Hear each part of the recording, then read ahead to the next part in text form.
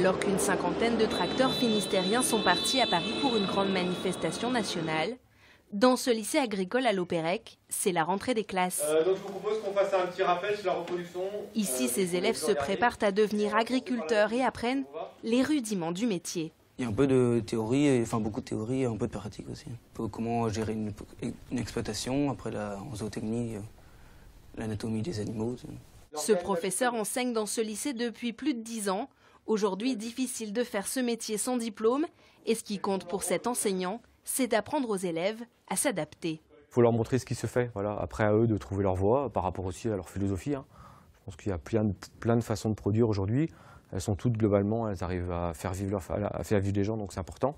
Et pour s'adapter, ces élèves de dernière année de BTS n'hésitent pas à quitter la France. Ils sont tous partis en stage à l'étranger. Laura a passé 1 mois et demi en Nouvelle-Zélande. Moi j'ai juste une cinquantaine de vaches et la ferme où j'étais avait 600 vaches. On peut apporter les différentes choses ici ou eux là-bas. Ils sont plus de 3700 élèves dans le Finistère à suivre des études agricoles. Des effectifs en baisse depuis 5 ans. Pourtant, le secteur reste intéressant pour l'emploi.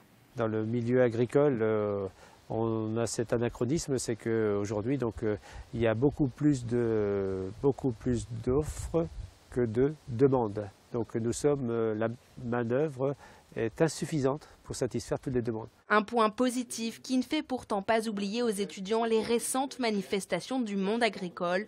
Tous s'interrogent sur leur avenir dans cette profession.